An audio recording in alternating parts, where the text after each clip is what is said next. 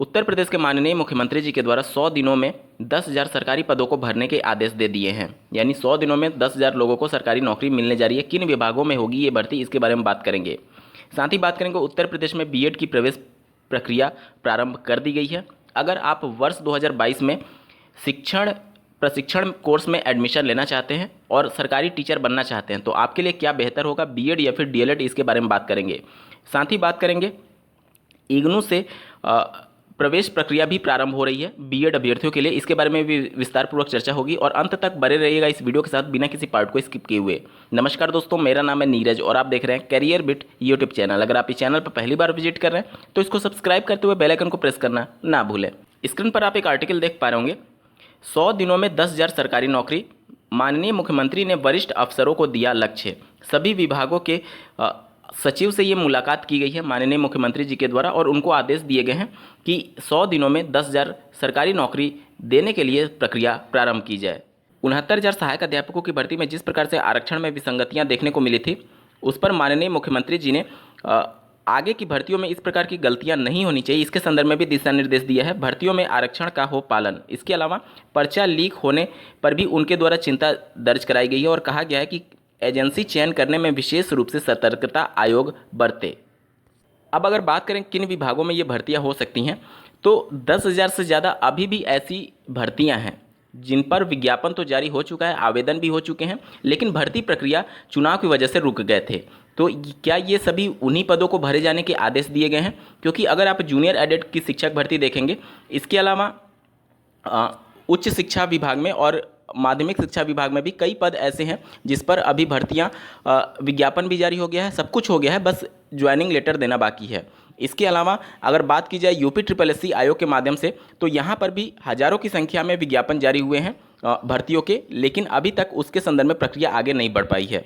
तो अगर सभी आयोगों के चेयरमैन के साथ ये बैठक हुई है तो निश्चित तौर पर पहले की रिक्तियों को ही कंप्लीट करने के आदेश दिए गए होंगे, क्योंकि सभी विभागों में अगर 10,000 का बंटवारा भी किया जाए तो ज़्यादा से ज़्यादा 2,000 1,000 की वैकेंसी सभी आयोग में आयोग की भर्तियां निकल करके आएंगी। तो ये पहले की जो लंबित भर्तियां हैं उन्हीं के रूप में आदेश दिया जा चुका होगा, क्योंकि नई शिक्षक भर्तियों के संदर्भ में अगर बात करें प्राइमरी की तो यहाँ पर 17,000 का तो अकेले ही अगर उतने ही पर विज्ञापन जारी किया गया तो उससे ज़्यादा पद तो केवल बेसिक शिक्षा विभाग में है। और यहाँ पर सभी आयोगों की बात की गई है, सभी आयोगों को मिलाकर के 10,000 भर्तियों की बात की जा रही है। यानी कि ये पहले की जो लंबित भर्तियां हैं उसके बारे में चर्चा की गई है, ना कि कोई नई भर्ती नहीं है। परिषदीय प्राथमिक विद्यालय और परिषदीय उच्च प्राथमिक विद्यालयों की स्थिति को सुधारने के लिए माननीय मुख्यमंत्री जी ने कुछ कड़े निर्देश दिए हैं। आप स्क्रीन पर देख पा रहे होंगे, सभी विधायक एक एक प्राथमिक विद्यालय को गोद ले। जैसा कि आपने देखा होगा कि केंद्र सरकार ने पहले ये योजना चलाई थी कि जितने भी सांसद थे वो एक एक गांव को गोद ले रहे थे और उसी के तर्ज पर अब विधायक को एक एक प्राथमिक स्कूल गोद लेने के लिए माननीय मुख्यमंत्री जी के द्वारा कहा गया है। Indira Gandhi national open university यानी कि इग्नू के द्वारा बीएड सत्र 2022-23 में एडमिशन के प्रोसेस को स्टार्ट कर दिया गया है। आप स्क्रीन पर देख पा रहे होंगे, admission announcement for bachelor of education program January 2022।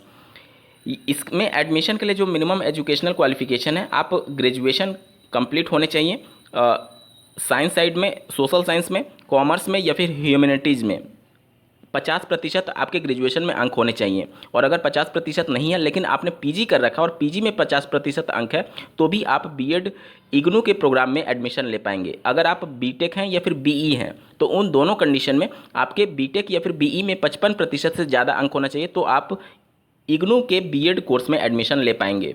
Age limit की बात की जाए तो कोई भी एज लिमिट नहीं रखी गई है। बात करें कब से आवेदन होंगे तो दिनांक 23 मार्च 2022 से आवेदन प्रारंभ हो चुके हैं, जो कि 17 अप्रैल 2022 तक चलेंगे और एग्जामिनेशन 8 मई 2022 को होगा, जो कि 2 घंटे का होगा। ये तो बात हो गई इग्नू की, जो कि एक ओपन यूनिवर्सिटी है। अगर आप रेगुलर तौर पर बीएड में एडमिशन लेना चाहते हैं तो उत्तर प्रदेश सरकार के द्वारा सत्र 2022-23 में बीएड के प्रोसेस को भी स्टार्ट किया जा रहा है रेगुलर तौर पर। स्क्रीन पर आप देख पा रहे होंगे, बीएड प्रवेश परीक्षा जुलाई में, आवेदन शुल्क भी घटाया गया। इस बार जो बीएड की प्रवेश परीक्षा है वो रुहेलखंड विश्वविद्यालय के द्वारा आयोजित की जाएगी। पिछली बार लखनऊ विश्वविद्यालय के द्वारा आयोजित किया गया था और इस बार जो फीस है मतलब कि आवेदन शुल्क है उसमें 33% की कमी की गई है। ठीक है, और साथ ही साथ यहाँ पर आप देख सकते हैं प्रवेश परीक्षा का जो विज्ञापन है वो 15 अप्रैल 2022 को जारी कर दिया जाएगा।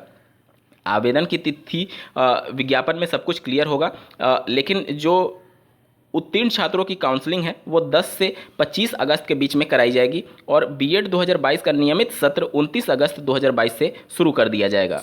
इसकी जो प्रवेश परीक्षा है वो जुलाई में 1 से 7 जुलाई के बीच कभी भी आयोजित कराई जा सकती है और इसका जो परिणाम होगा वो 5 अगस्त 2022 को जारी किया जाएगा।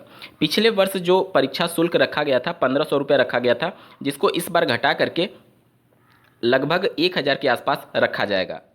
अब बात कर लेते हैं कि अगर आप वर्ष 2022 में बीएड या फिर डीएलएड में एडमिशन लेना चाहते हैं तो आपके लिए बेहतर विकल्प क्या हो सकता है।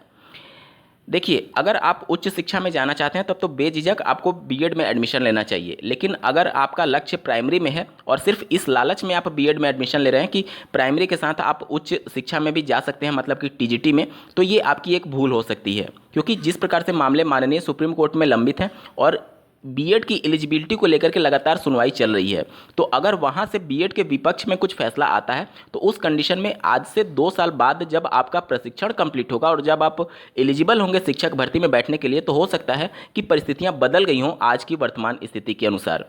तो इस हिसाब से आप पहले से अच्छे से प्री प्लान कर लीजिएगा कि आपको प्राइमरी में जाना है या फिर उच्च शिक्षा में जाना है। अगर प्राइमरी में जाना है, एकमात्र लक्ष्य अगर केवल आपका प्राइमरी है, तो आंख बंद करके आपको डीएलएड में प्रवेश लेना चाहिए। इस वजह से क्योंकि डीएलएड कोर्स ही एकमात्र ऐसा कोर्स है जो कि स्पेशली केवल प्राइमरी के लिए बनाया गया है और ये भविष्य में हमेशा प्राइमरी में मान्य रहेगा। लेकिन बीएड को लेकर के अभी माननीय कोर्ट में याचिकाएं चल रही हैं। भविष्य में क्या होगा किसी को नहीं पता, ये सब कुछ भविष्य के गर्त में है। तो ये आपके ऊपर 50-50 का दांव लगा रहेगा कि मान लीजिए माननीय कोर्ट कुछ विपक्ष में फैसला दे देता है तो फिर आपको भविष्य में जाकर के घाटा हो सकता है, आप प्राइमरी शिक्षक भर्ती से बाहर हो सकते हैं। ये मैं उस कंडीशन में बता रहा हूं कि फैसला अगर आपके विपक्ष में आता है, अगर फेवर में आता है बीएड के, तब तो कोई बात ही नहीं है। लेकिन मान लीजिए अगर 1% भी अगर विपक्ष में आ गया तो 2 साल बाद आपको पछतावा होगा। तो अगर आपका एकमात्र लक्ष्य प्राइमरी में जाना है तो आपको आंख बंद करके डीएलएड में एडमिशन लेना चाहिए। अगर उच्च शिक्षा आपका लक्ष्य है तो आपको बीएड में एडमिशन लेना चाहिए। यहाँ पर थोड़ा सा और मैं क्लेरिफाई कर दूं कि देखिए, अगर बात करें टीचर्स वैकेंसी की तो सबसे ज़्यादा प्राइमरी में आती है, जो कि बल्क में आती है। हज़ारों की संख्या में एक बार पद सृजित किए जाते हैं। लेकिन अगर उच्च शिक्षा की बात की जाए टीजीटी में या फिर अपर प्राइमरी में 2013 में जो वैकेंसी आई थी, उसके बाद अब जूनियर एडेड में वैकेंसी आई है, तो वो उतनी ज़्यादा संख्या में नहीं आती है। तो अगर आपको ज़्यादा मौके चाहिए और जल्दी से नौकरी पाना चाहते हैं तो प्राइमरी ही सबसे बेहतर विकल्प होता है और इसके लिए आपको अगर प्राइमरी ही एकमात्र लक्ष्य है तो डीएलएड में एडमिशन लेना चाहिए। इसके अलावा जो बीटेक और बीई वाले अभ्यर्थी हैं उनके लिए स्पेशली मैं बता रहा हूँ कि उत्तर प्रदेश में जो टीजीटी की वैकेंसीज आती हैं उसमें सब्जेक्ट कॉम्बिनेशन देखा जाता है और गणित विषय के लिए जो बीटेक या फिर बीई वाले अभ्यर्थी हैं उनको माननीय कोर्ट ने पात्र नहीं माना था। तो इस हिसाब से देखेंगे और कोई भी सब्जेक्ट के लिए आप आवेदन कर ही नहीं पाएंगे अगर आप बीटेक और बीई हैं तो उस कंडीशन में जो बीटेक और बीई वाले अभ्यर्थी हैं उनके लिए बीएड उतना फ़ायदेमंद नहीं होता है। आप बीटेक हैं और बीई हैं और सरकारी टीचर बनना ही चाहते हैं तो उस कंडीशन में आपको डीएलएड ही एकमात्र विकल्प बचता है। क्योंकि मान लीजिए कि आपने बीएड में एडमिशन ले लिया, टीजीटी और पीजीटी में तो सब्जेक्ट कॉम्बिनेशन की वजह से आप वैसे ही आवेदन नहीं कर पाएंगे और इन केस अगर बीएड को प्राथमिक से बाहर कर दिया गया माननीय सुप्रीम कोर्ट के आदेश के बाद से, तो फिर प्राइमरी भी आपके हाथ से चला गया। मतलब ना तो प्राइमरी बचा और ना ही टीजीटी पीजीटी बचा। पीजीटी के लिए तो वैसे भी आपको पीजी होना अनिवार्य है। तो इस सभी कंडीशन में बीटेक और बीई वाले अभ्यर्थियों के लिए थोड़ी सी कंडीशंस अलग हो जाती हैं। तो अगर आप बीटेक या फिर बीई हैं तो आपके लिए डीएलएड ही एकमात्र बेहतर विकल्प हो सकता है, ताकि आप जल्दी से नौकरी भी पा जाएं और आपके लिए एलिजिबिलिटी को लेकर के कोई भी पेंच भविष्य में जाकर के ना फंसे। उम्मीद करता हूं आप सभी के डाउट क्लियर हुए होंगे। इस वीडियो को देखने के लिए आपका बहुत बहुत धन्यवाद। भगवान करे आपका दिन शुभ हो।